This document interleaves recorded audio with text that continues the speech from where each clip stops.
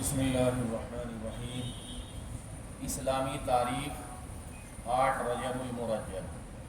حضرت عمر رضی اللہ تعالی عنہ کی خلافت۔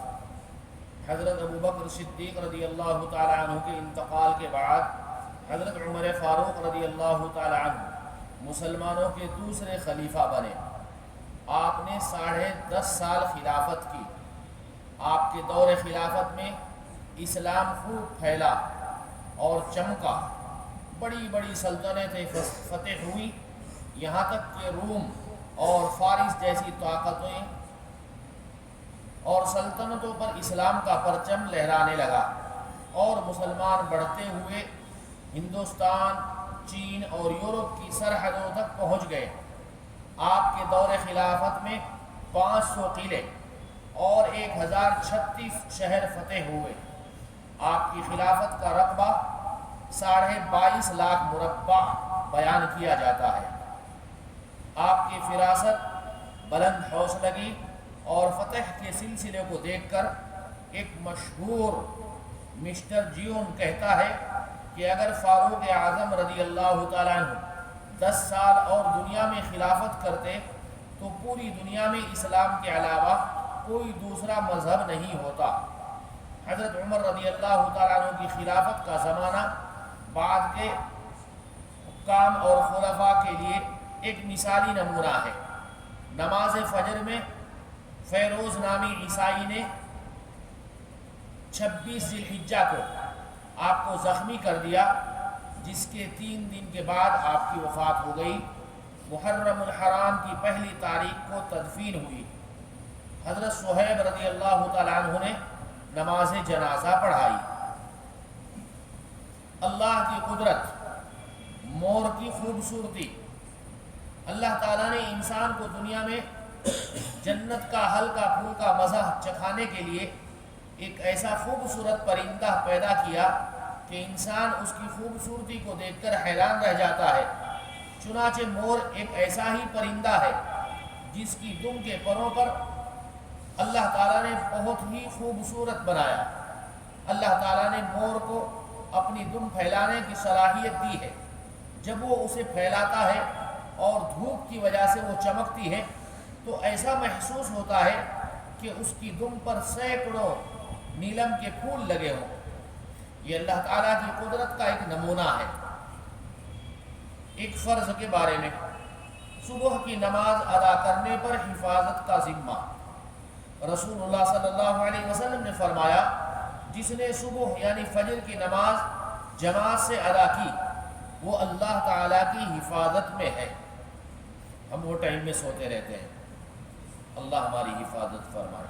ایک سنت کے بارے میں، ہاتھ پاؤں کی انگلیوں کا خلال کرنا جب وضو کرتے ہیں۔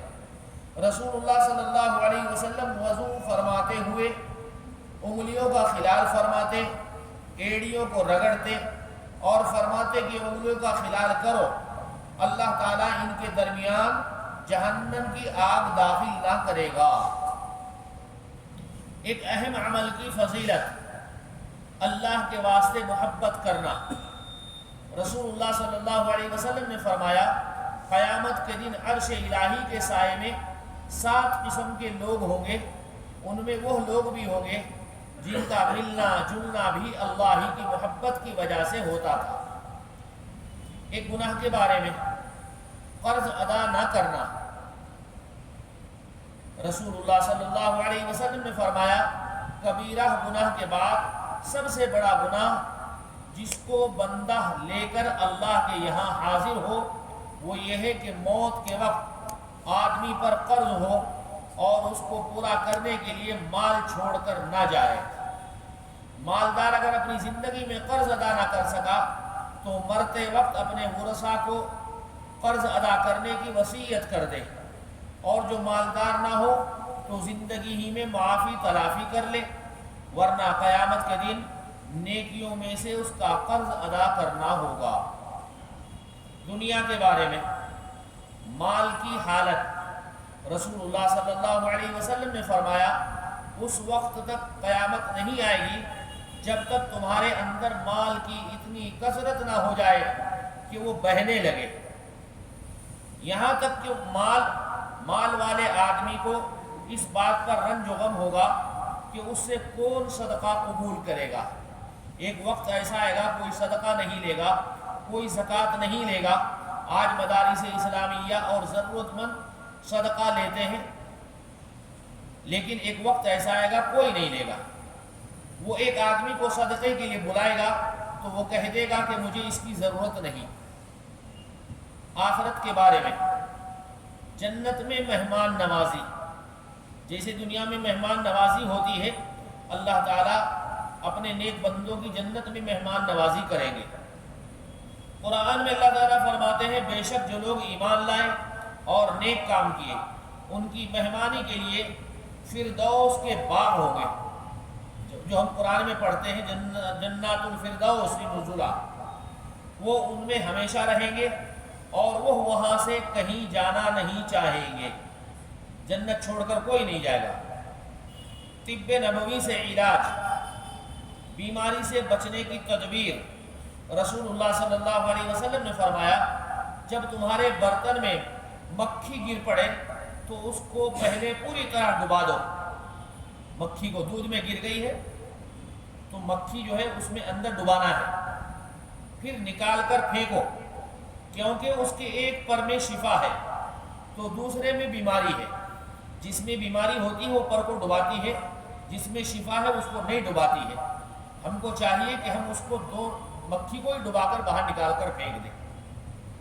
سبحان اللہ بحمدہ، سبحانک اللہم وبحمدک، ونشہد ان لا الہ الا انت، نستغفرک ونتوب الیک۔ سبحان ربک رب العزة عما یصفون، وسلام علی المرسلین، والحمد للہ رب